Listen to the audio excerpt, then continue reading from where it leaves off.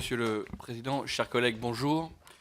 Donc, comme ça a été dit par le président Chandeguet, nous sommes arrivés à un grand rendez-vous au niveau européen sur les affaires climatiques. Et je pensais important que nous puissions marquer la position de l'Assemblée nationale après l'adoption dans cette maison de la loi de transition énergétique sur le paquet énergie-climat 2. Donc, ce week-end, en fin de semaine à Bruxelles, c'est le Conseil européen.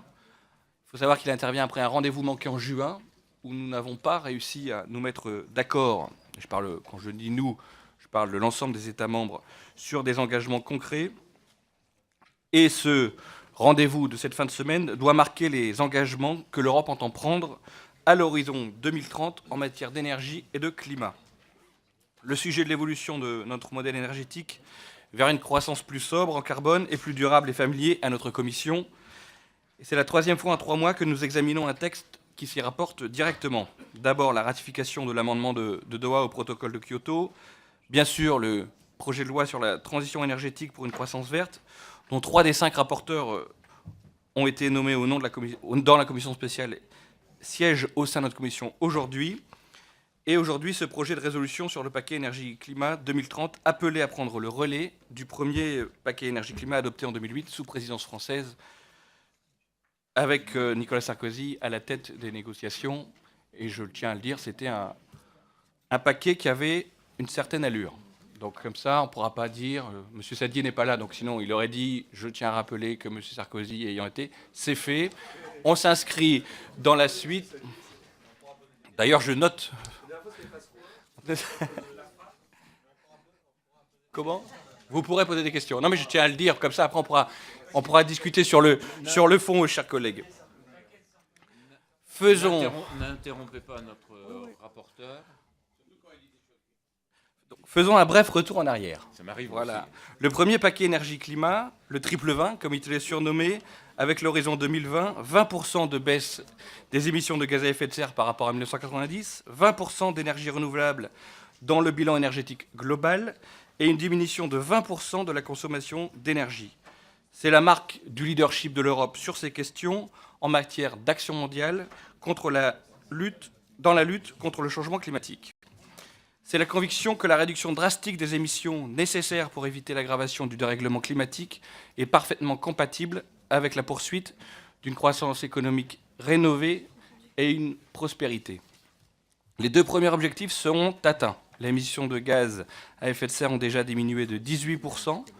La part des énergies renouvelables devrait s'établir à 21% en 2020 et les résultats estimés se situent autour de 18 à 19% en termes d'efficacité énergétique, soit 1 à 2% de moins que l'objectif fixé par la Commission.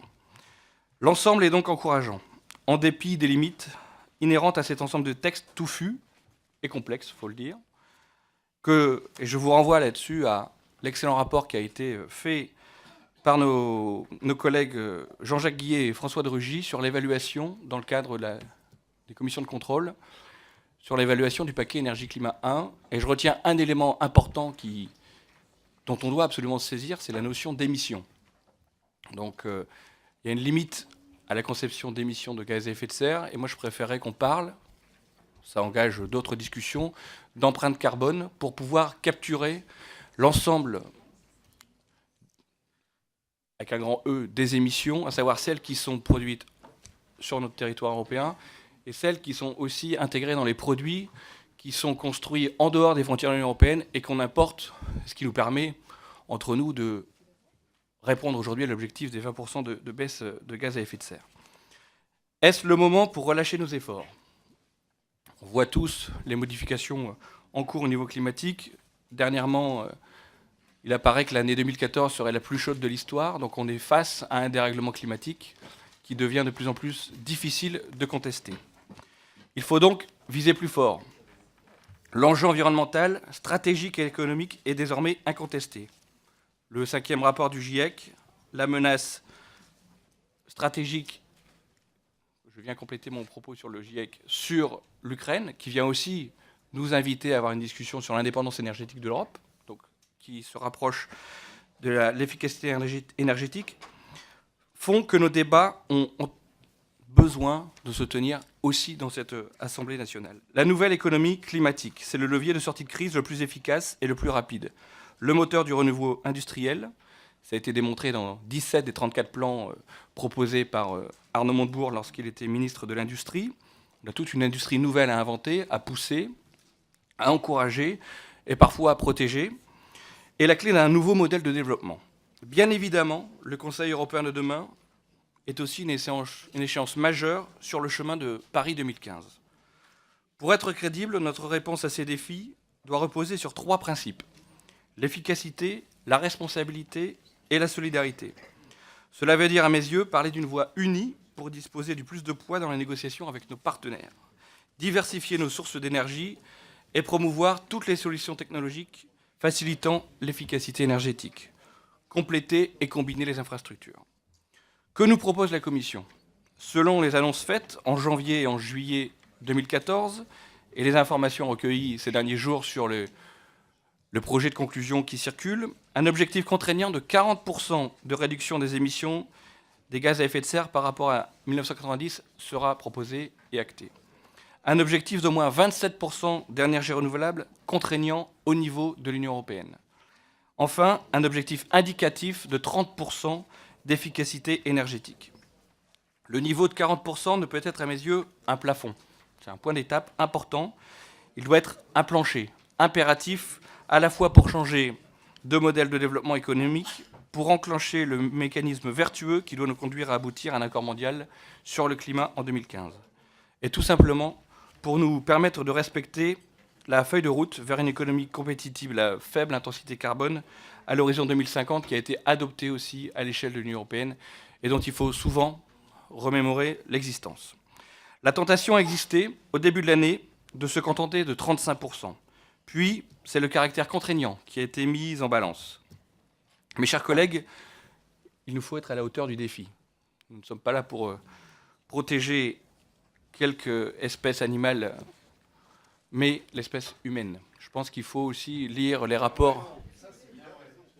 Non, mais c'est un élément important. Je vous dire, ça fait toujours un choc quand vous discutez avec des scientifiques et qui vous parlent de menaces sur l'espèce humaine. Et d'un seul coup, on situe le débat autrement. L'exigence de faire passer à près d'un tiers les énergies renouvelables dans le mix énergétique européen, outre la diversification des sources d'approvisionnement, qui a pour corollaire le renforcement de la sécurité de nos concitoyens, est l'optimum pour accélérer les efforts de recherche et de développement dans ce secteur d'avenir, à un coût soutenable, on est en période budgétaire, pour les finances publiques. Il reviendra au programme d'énergie renouvelable d'en assurer librement la déclinaison dans les États membres, et aux indicateurs mis en place d'en assurer le suivi, ce qui pose la question de l'efficacité de la gouvernance pour assurer une coordination réelle des efforts et éviter les comportements de passagers clandestins. Enfin, l'efficacité énergétique étant au cœur du processus de transition, l'énergie la moins chère est celle qu'on n'en dépense pas, l'objectif de 30% en la matière devrait être, à mes yeux, contraignant. L'exigence du consensus semble conduire à lui conférer qu'un caractère indicatif, et c'est grandement regrettable. Il serait alors souhaitable de définir une trajectoire visant à rendre, à terme, également contraignant cet objectif d'efficacité énergétique. Le Parlement européen avait d'ailleurs montré beaucoup d'ambition et de détermination dans sa résolution adoptée en février dernier sur la même question. Mais ce paquet, mes chers collègues, c'est l'aboutissement d'un processus de négociation. Et les points de divergence n'ont pas manqué sur le degré de contrainte, sur les calendriers, sur la répartition des efforts. Le fil rouge de l'accord auquel nos chefs d'État et de gouvernement européens devraient aboutir demain, c'est donc la solidarité. Les modalités de réduction des émissions de gaz à effet de serre proposées, soit d'ici 2030, 43% pour les secteurs couverts par le système d'échange de quotas d'émissions et 30% pour les autres secteurs, par rapport au niveau de 2005, concilient le mieux, selon les calculs de la Commission, les principes d'équité et d'efficacité, d'autant qu'elle se double de la mise en place de 3 mécanismes de solidarité. Premièrement, le transfert de 10% des quotas ETS aux pays dont le PIB par habitant n'excède pas 90% de la moyenne européenne. Deuxièmement, la création financée par un faible pourcentage, encore en discussion, des quotas de ce système d'émissions, d'un fonds de soutien à la modernisation des systèmes énergétiques et d'efficacité énergétique des États membres dont le PIB par habitant est inférieur à 60% de la moyenne européenne. Troisièmement, la prolongation du système appelé NER 300 avec la création d'une réserve de 400 millions de quotas d'émissions dédiés au financement de projets industriels pilotes à bas carbone. Pour vous signaler l'ambition quand même qui se construit autour de notre système de quotas qu'il faudra faire lui-même évoluer. Concernés par ces transferts de quotas, Chypre, la Croatie, l'Estonie, la Grèce, la Hongrie, Malte, la Lettonie, la Lituanie, la Pologne, la République tchèque, la Slovaquie, la Slovénie, la Bulgarie et la Roumanie. Ces deux dernières bénéficient en outre du fonds de soutien. C'est enfin l'ambition de progresser sur les interconnexions des réseaux de gaz et d'électricité, et notamment pour ces dernières de réaliser l'objectif initial de 10%. Vous savez que c'est un sujet pour la France et l'Espagne, notamment les interconnexions.